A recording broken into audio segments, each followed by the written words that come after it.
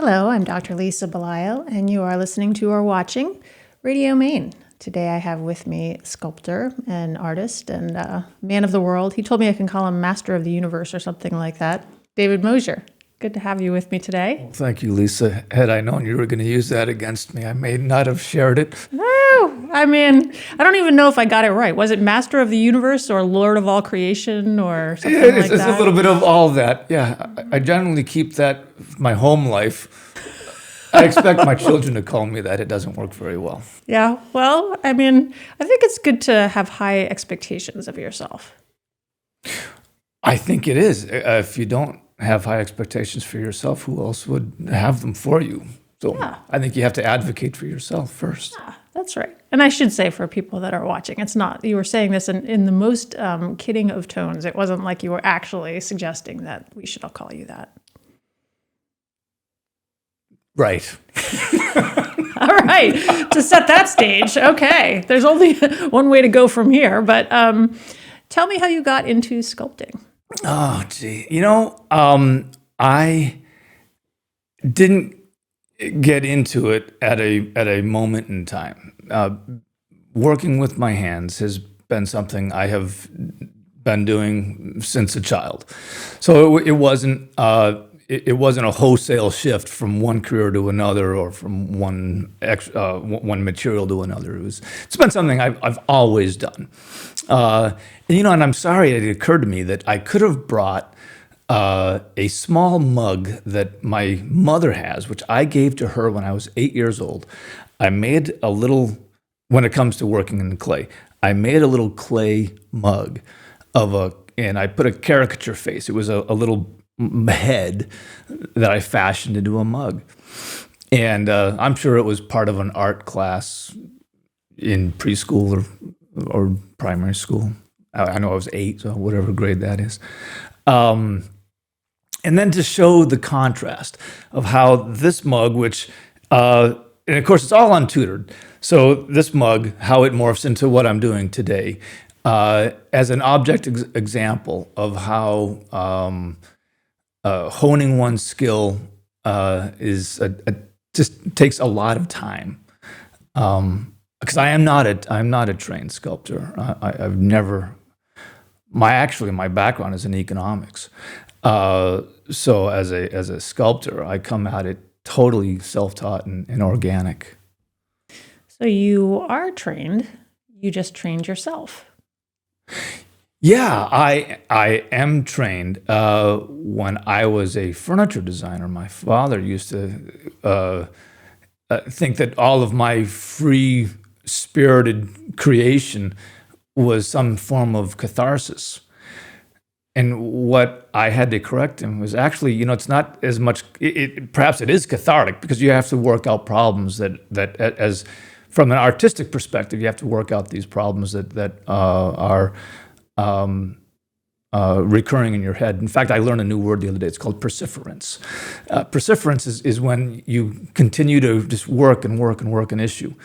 Generally, it happens about 2 a.m. with me, but in any event, it's not so much a cathartic exercise as I was honing my skills, as much as it was onboarding new information. So as a self-taught artist, craftsman, I was doing my practical that you would consider practical if it was in the classroom, but these are real world practical examples.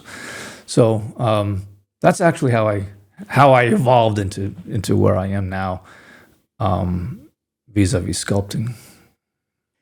How did you end up going from economics to furniture designing to sculpting, or maybe? I don't even know if I have the actual. Well, no, the chronology is pretty well right. We started, we being the Moser furniture, in the early 70s, and so we were, very crafty, and by around 1983, which is when I went off to college, it was in the middle of the Reaganomics. So I was very much a part of the whole Reagan period In fact, I even joined the Adam Smith Club, Young Maine Venture Capitalist Club, and I had the power suit and the yellow tie, and that was enjoyable for a while. But you can only deny your passions for so long, and although that's how my college career went, but I was a fish out of water. It was something that I attempted to do. I think I could get rich quick, and then I realized that there was more to life than just making money. Where did you go to college? Went to college at Northwood out in Michigan, and I was introduced by Margaret Smith to Northwood, who was a trustee there. And so I took my associates there, and I finished up here in Maine at Orono. Yeah. I'm certain that people of our era will recognize Margaret Chase Smith as a name, but for those of us who might be a little less far along the path, let's say, Margaret Chase Smith, tell us about your relationship with her. Well, Margaret Chase Smith was the first woman senator that the country had, and she hailed from Skowhegan, Maine. And every senator, congressman, and president is given a budget to build their library. And so when Margaret Chase Smith built her library in Skowhegan, she approached Thos Moser, and we designed and built the furniture there. And then that, by extension, led me to Northwood. So I would have been about, 18 at the time. So it seems like if someone like Margaret Chase Smith says, here's a wonderful place that you should go to school, it probably would be a little hard to say no. Well, it certainly came with a lot of merit, and it was a raving endorsement. And it was a conservative financial school, so that made sense to me at the time. Yeah. It is an interesting, it seems to be an interesting contrast, the sort of the Reaganomics side of David Moser and the craftsperson, sculptor side. I'm sure that there are conservative artists, but I haven't met a lot of them. Yeah.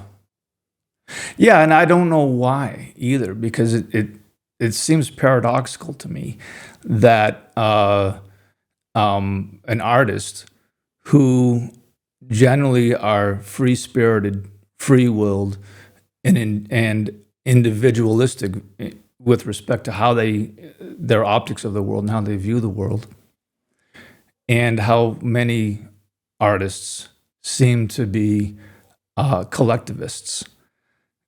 So there's the paradox: is how can you be an individual and yet be chastised if you don't follow the group, and so therefore they're also followers? They are both the same, and I find that very interesting because I don't believe I'm a collectivist. I do believe that I follow my individual passion, my individual belief. Yeah. Is that something that your family encouraged you to do? I would say, well, we had a very competitive family. And so maybe that's why I have a bit of a recalcitrant streak in me, is to I have to defend my position, constantly defending my position, which is something artists have to do regularly, is to defend. Because, there's art in all of us, right? We're all artists. The real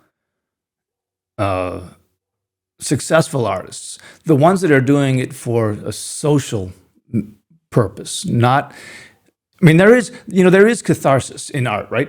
Clearly. But if your intention as an artist is to inform the social landscape, then you have to be a good persuader. It isn't just the quality of your art, but it's showing the idiosyncrasies and the merit behind why this art should have a voice in the social narrative. And so you can be a great technician, and I kind of feel I'm more of a technician than an artist. You can be a great technician, you can fashion material together really well.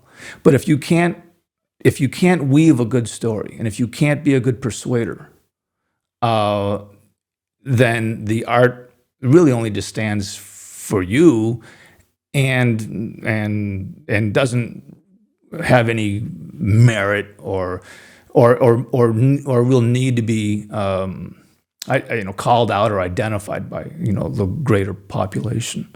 And I think of like Andy Warhol, right? A soup can. A soup can? Really? That's art? No, that's not the art. The art was in his ability to persuade a bunch of people who are collectivist thinking that should have some social merit. There's so many things that you just threw out there that I feel like we could latch on to. The first, I think, is this idea of being a technician. So I think what I hear you saying is you can create something that is technically well done, and it may not actually have that additional something that draws people toward it as something worthy of note. Yeah. So, right. So I would say that on the continuum of artistic development, first of all, you should never stay static, right? Because as soon as you start to stay static, you entropy, right? You start to decay. So my particular art with respect to figure sculpture has kind of reached its apex with the work that I currently have. And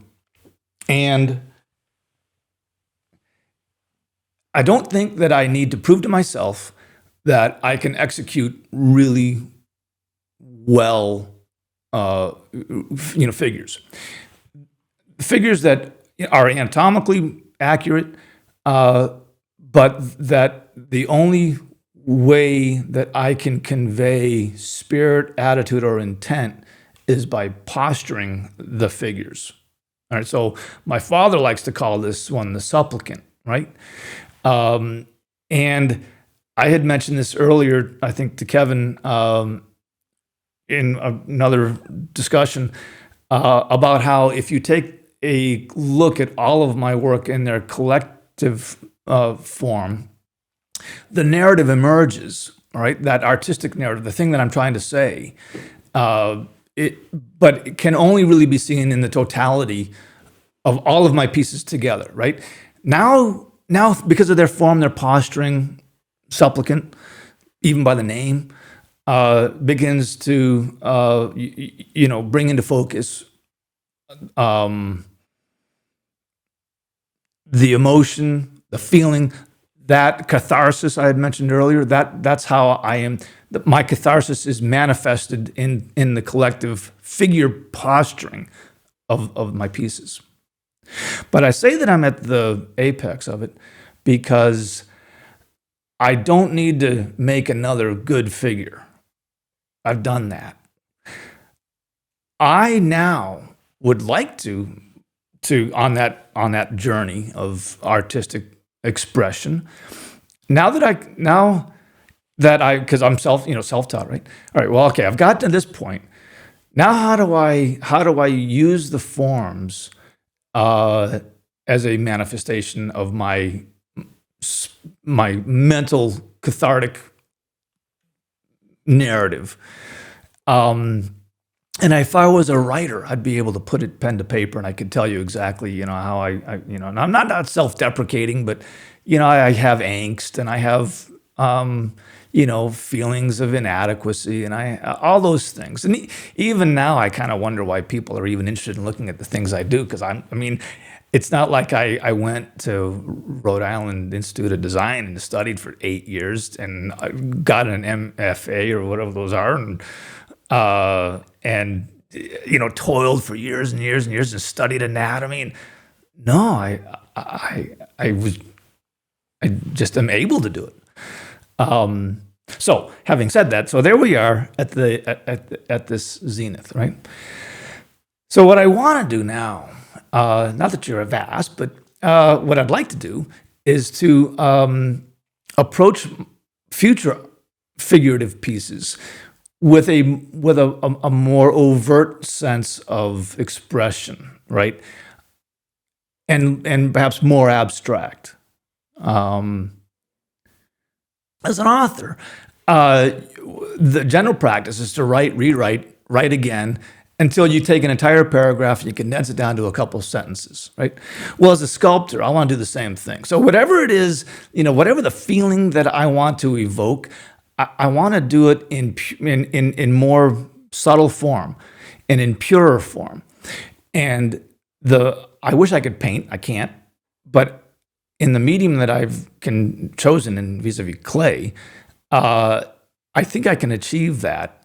I'll still use kind of anthropomorphic form, but I'm not going to make it so anatomical accurate, because a lot of people can do figures. Few people can persuade and evoke emotion, right? So as we're looking at the supplicant, what type of catharsis were you working on with this figure? I feel like I should have a couch instead of a chair right now, because I mean, you brought it up. I wouldn't have actually gone there unless you put it out there. I mean, as I said earlier, I mean, it's a sense of angst, right? Maybe a sense of despair, sense of loneliness. There are a lot of darker things. Hope, the one I'm working on now. They're all kind of, she's floating off, but she's got a hand to earth. Your kind of mortal savior. I don't know. But isn't that really okay and actually pretty wonderful? The idea that you are embracing your own vulnerability and you're exposing your own significant kind of interactions with the world in your art. Yeah. I think that it takes a lot of courage to do that.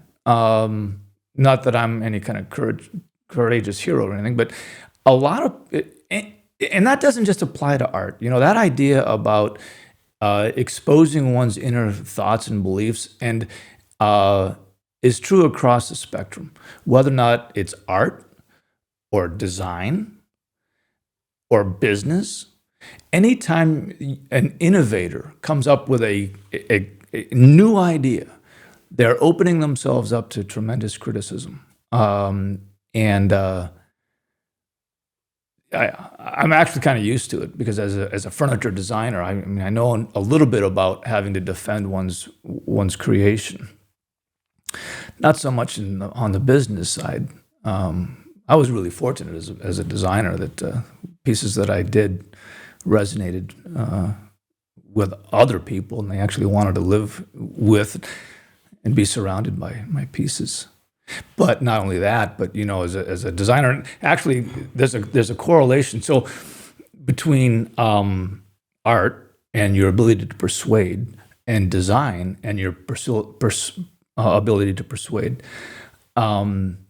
So an artist owes really nothing to anybody other than to him or herself, right? I'm doing this for my reason, right? I'm saving time on the couch, basically, by doing this. If you like it, I'm really pleased. But I'm only pleased. Don't like it.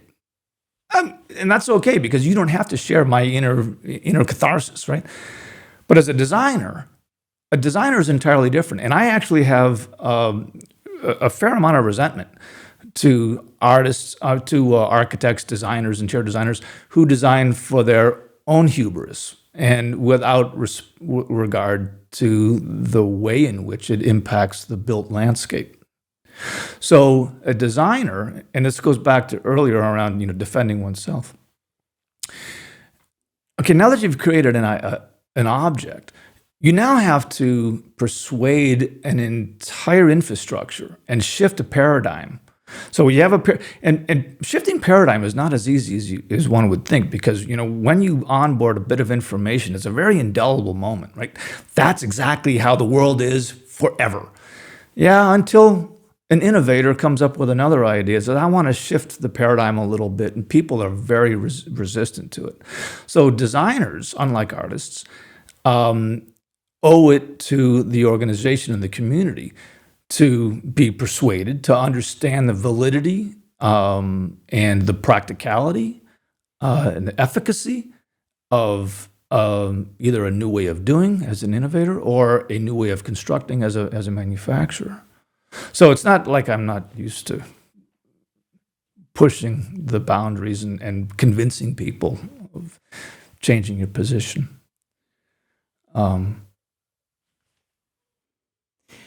Tell me about this idea of coming from a competitive family. Well,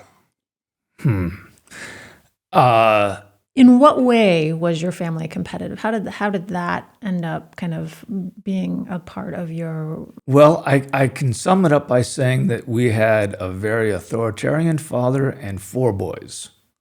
And that's the end of that.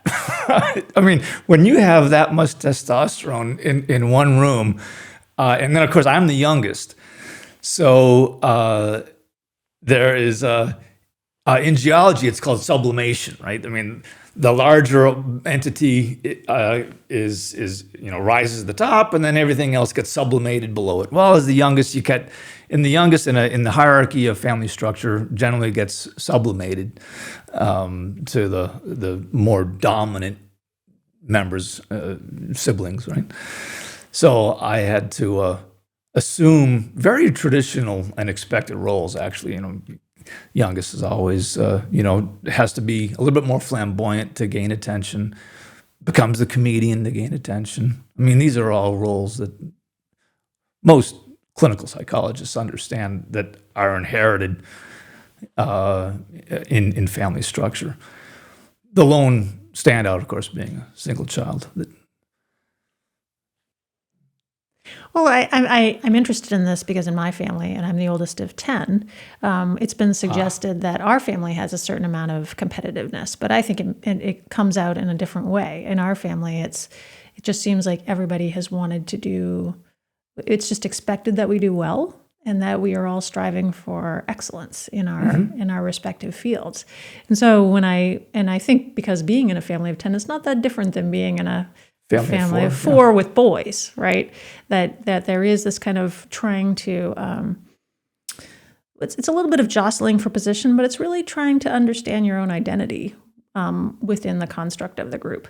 Mm-hmm. And I find that really interesting because I think all of us believe that we are truly individuals or want to be truly individuals, but most of us are really who we are as a result of the context that we evolve in.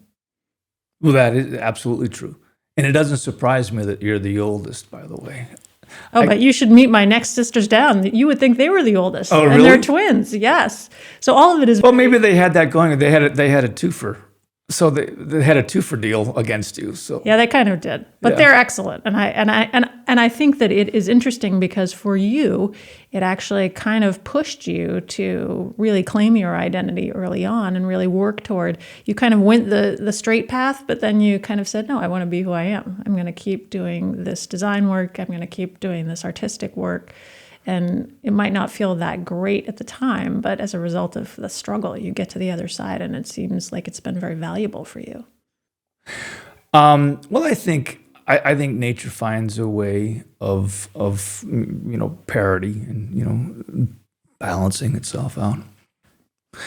No, there are often times that I wish I wasn't a creative. I don't know what it's like to work in a cubicle at an insurance company. But I've got to imagine that if you can I don't even want to, because it sounds so disparaging if I say, if you can tolerate it, how liberating it must be to say that, no, I'm quite content. I come to work at 9, I leave at 5, I process these papers. And again, if you have the Constitution for it, how liberating that must be. Because, but to have constant yearning to do things, I can't sit still. I've got to be making things. It's vexing. It's exhausting. Yes. And I think you're right that it would kill you in a different way if you weren't in the place if you were in the cubicle doing the insurance claims, which for some people is really a great way to live their lives. But for you and your particular personality and disposition. Yeah. Well, I admire those people for their ability to do that. If I was put in that position, I honestly don't know how I would get through my life. So I admire them for that. And I am so incredibly grateful for the life that I've had, that I stumbled into a family that builds things, builds furniture, builds buildings, that I have a lovely wife who's supportive, who in herself is a creator and a builder, not in the art world, but she understands the courage it takes to build new things and take those risks. And so I am incredibly grateful that I have a universe, or my immediate universe around me is set up to allow for creativity and innovation. And the creative build process. I just came off a job. We bought an investment property down in the Caribbean. My wife championed the property, and she now manages it. But if not for that, I never would have been able to build a house in the Caribbean. Someone once said that the unexamined life is not worth living, and I'm in. I am all in. And you know a little bit about challenging horizons and varying occupational pursuits. Absolutely. And I like you, I would never want to live a life different than the one that I have. And the ability to spend time examining one's life is actually a privilege of some sort, I think, because there are a lot of people who find themselves in places where they're so worried about just basic survival that it's hard to take the time to step back. So I think you're right, to find yourself not only the son of somebody who is an entrepreneur who created a new and different life, older brothers who kind of created a sense of competitiveness for you, and then now to be with Pam and her contribution to your ability to keep doing this. I mean, it can both be incredibly challenging and also really perfect for the person that you are. Yeah, and so you ask yourself, you're 57 years old, how much was by design and how much was by chance? Those are good questions. Well, when it comes... And I think, another thing I'm very grateful for is having, lived in a place and time that allowed for perhaps more design in one's lifestyle and less chance. And I'm not sure that how much that's going to go into the future, but living in rural Maine at the time that I did, it was, I would say maybe 80% design and 20% chance. Do you think that people are longing for that now that we've gone through this digital age and people want these touch points, the solidity, the space? Yeah, they wanted it before. They wanted it before the COVID. People have all, we all want to be recognized as having lived in some way, and some of us get to leave a more lasting impact of our existence, and some of us can only paint graffiti on a wall. But all of us have that. It's a human need. It's a manifestation of consciousness that I was here, and maybe I only do it as a cave painting. But you know what? I was here. We all have it. Now, fortunately, in the art world, some of us can't create as a lasting visual remembrance. Some of us don't want to, graffiti a sidewalk. But for those of us who are in the middle, they can procure those things, and so they can pick and choose of a cornucopia of fashion, style, design, which one best represents their belief system. So that if they were able to build a piece of furniture, if they were able to sculpt a piece of sculpture, these are the things that I identify with. So we all have it, and some of us have to acquire it. Yeah. We started this conversation joking about the master of the universe idea. And I've actually kind of become convinced that really what you're saying is you really have designed your life. So you've kind of created this sort of mastering of your own universe, which actually is it's not like you're trying to master other people. It's that you want permission. You've given yourself permission to have a life that you designed on purpose. Do you think you're doing that for your children? No, I'm doing it because I don't know anything else to do. Well, I meant, are you also doing it for your children? Do you feel like No, if I were doing it for my children, I would be much more disciplined. I would be a better role model for I only have one daughter. I'd be a better role model for her, as my father was for me and my brothers. We learned work ethic.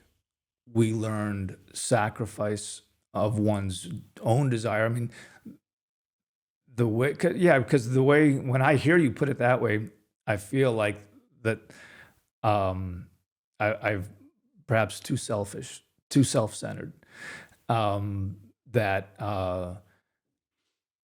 I'm not maybe working towards a greater good. So when I was a kid, we worked as a collective, and we worked as a family, as a collective unit. And there's a lot to be said for that. And I wish, in many ways, and listen, I'm not alone in this, because again, if you worked in an insurance agent, you're not bringing your kid to work. But I wish that perhaps I yearn for those days of working in the old Grange Hall, which was an old shop that we renovated. And we all had our roles, either sweeping the floor or stacking wood, and then later building furniture and, building showrooms and whatnot. That I felt like I was, a kind of a part of something. So I'm not trying to be a role model for my daughter. If I were, well, I'm a role model in a way of, find your own path. But I'm not a role model when it comes to teaching her the responsibility of working in a group and owing something to other members in that group, right? Working in a collective way. Artists, unfortunately, are a very lonely bunch. We don't. Again, designers are not lonely at all, but artists are very lonely. So, yeah, not sure where I'm going with that whole thing with Sabine, but be nice to give her a common goal. Well, how old is she now? She's 15. Yeah. I suspect it's similar to my own children, who are now almost 21 plus. And they're going to come up with their own goals, right? So what you're doing is you're providing the environment, the ecosystem, the media, and that's all we really can do as parents, right? Yeah, it's role models, and you do the best you can to guide them along. You want to talk about how that's made? I would love to hear that. Yes. So I brought some show and tell. Great.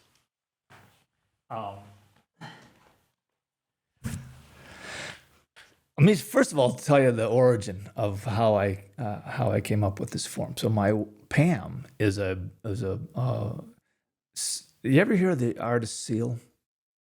Kissed by a Rose. Oh yes, Kissed by a Rose. yeah. Right. So she's Seal's #1 fan, and this is an homage to her dedication to the artist. So there was an album cover. I don't know. I think it was like 2000 or 94. It was a collective. Anyway, it appeared on an album cover like 1994, something like that. And of course, it was two-dimensional. So, but as I picked up a lot of cues from that, and that's how I got the idea for this pose. And then what you do is you start with this. It's actually clay. Well, I mean, it's actually plastiline. It's not clay. So plastiline is an oil base, and it never truly hardens. But it is highly malleable. And you buy them in these chunk forms. And through a process of handwork and tools, you can fashion it.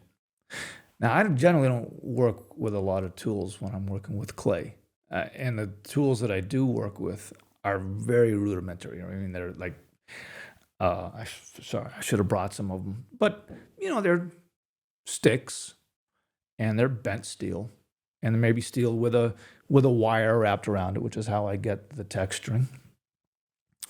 And I'll tell you something that's interesting about working with clay is that there's such an immediate connection between what's going on in your mind and what appears in your ultimate work. And I think the same is true with paint, right? I mean, you have a palette of paint and you slap it on the canvas, and there's a direct connection. And save the medium of the brush, that's an active stream of consciousness. Well, clay actually works in much the same way. I mean, it responds in real time. I've never actually, as a designer, I've never actually worked on the computer. I mean, I know how they operate. They're necessary. They're another tool. But I don't want to spend my time learning the computer, mostly because it's an interference. So if I had to think about what button to click, what F1, return, control, delete, I would have forgotten what I was thinking about. So I love the immediacy and the free flow of thought, to the expression. So you start with clay, which is around an armature. There are 5 steps in bronzing, and it takes a lot of patience. And if you ever want to make a small fortune as a sculptor in bronze, start out with a large one, because it is really costly. You start out with a positive. The positive is in the clay. So now you've made this sculpture, then you make a mold, and the mold is a rubber, and then a plaster, and what's called a clamshell comes apart in 2 parts.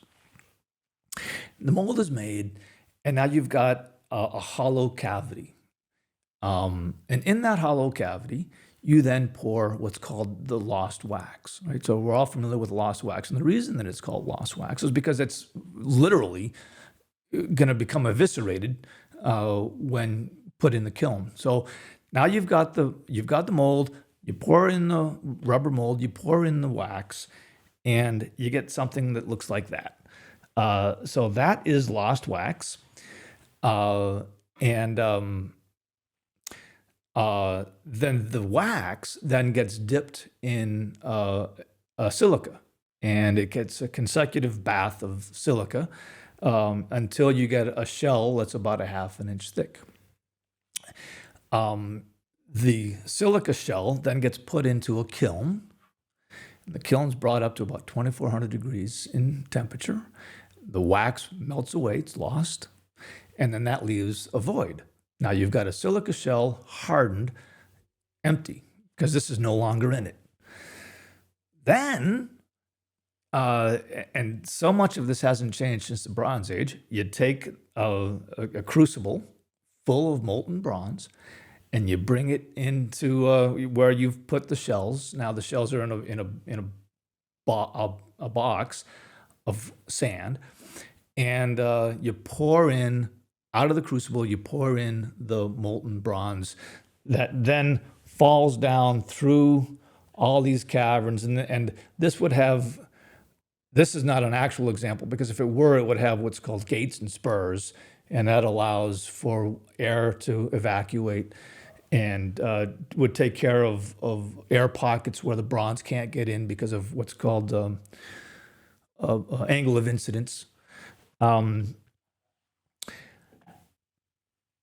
you've got the bronze, and it's got all these spurs on it, and it's very crude. You've got to cut those off and sandblast the thing, weld all the joints back together again. This probably had 8 or 9 different molds.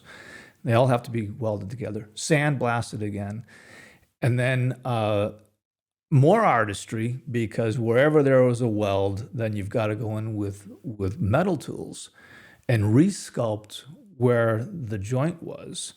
That would have been, of course, a uniform with clay, but now is interrupted with a weld. So you resculpt that, and it's really hard because now you're dealing with bronze, not clay.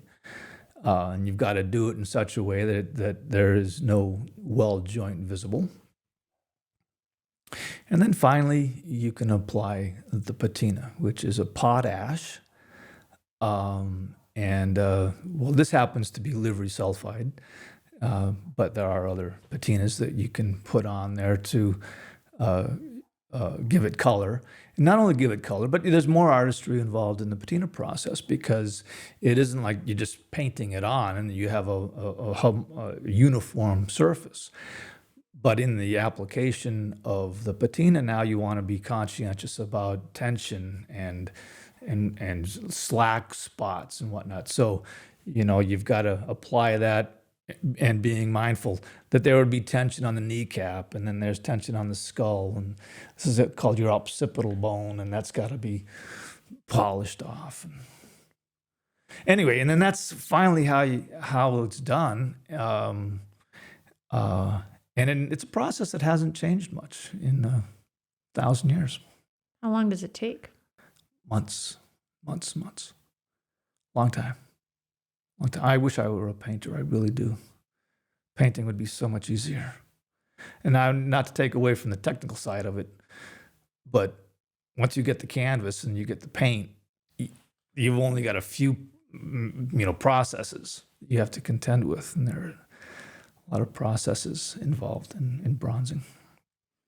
And now you've got something that weighs 85 pounds, and you can't even move it around. But my understanding is that this piece has actually already been sold to somebody who has another one of your pieces. Is that true? I've kind of lost track. We haven't sold a lot. We've put 20 that we're going to sell. And I think we've sold one. This will be the 4th one of 20. So my point is that people who have an affinity for your work tend to continue to have an affinity for your work. So all of the work that you put into it, all the time that you put into it, does on the other side end up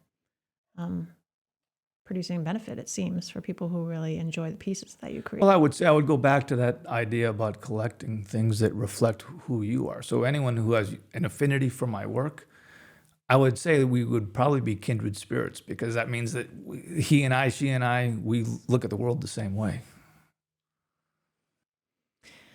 Well, I appreciate your willingness to dive a little deeper into your background, but also to share information about the way that you do your work. It's been a broad-ranging conversation.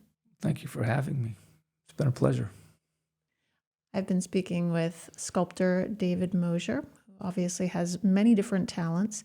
I encourage you to look at his work on the Portland Art Gallery website, or really even better, go to the Portland Art Gallery, because there's nothing like actually being in the presence. This is to be here with this piece is, I think it does something different than just seeing it on the internet.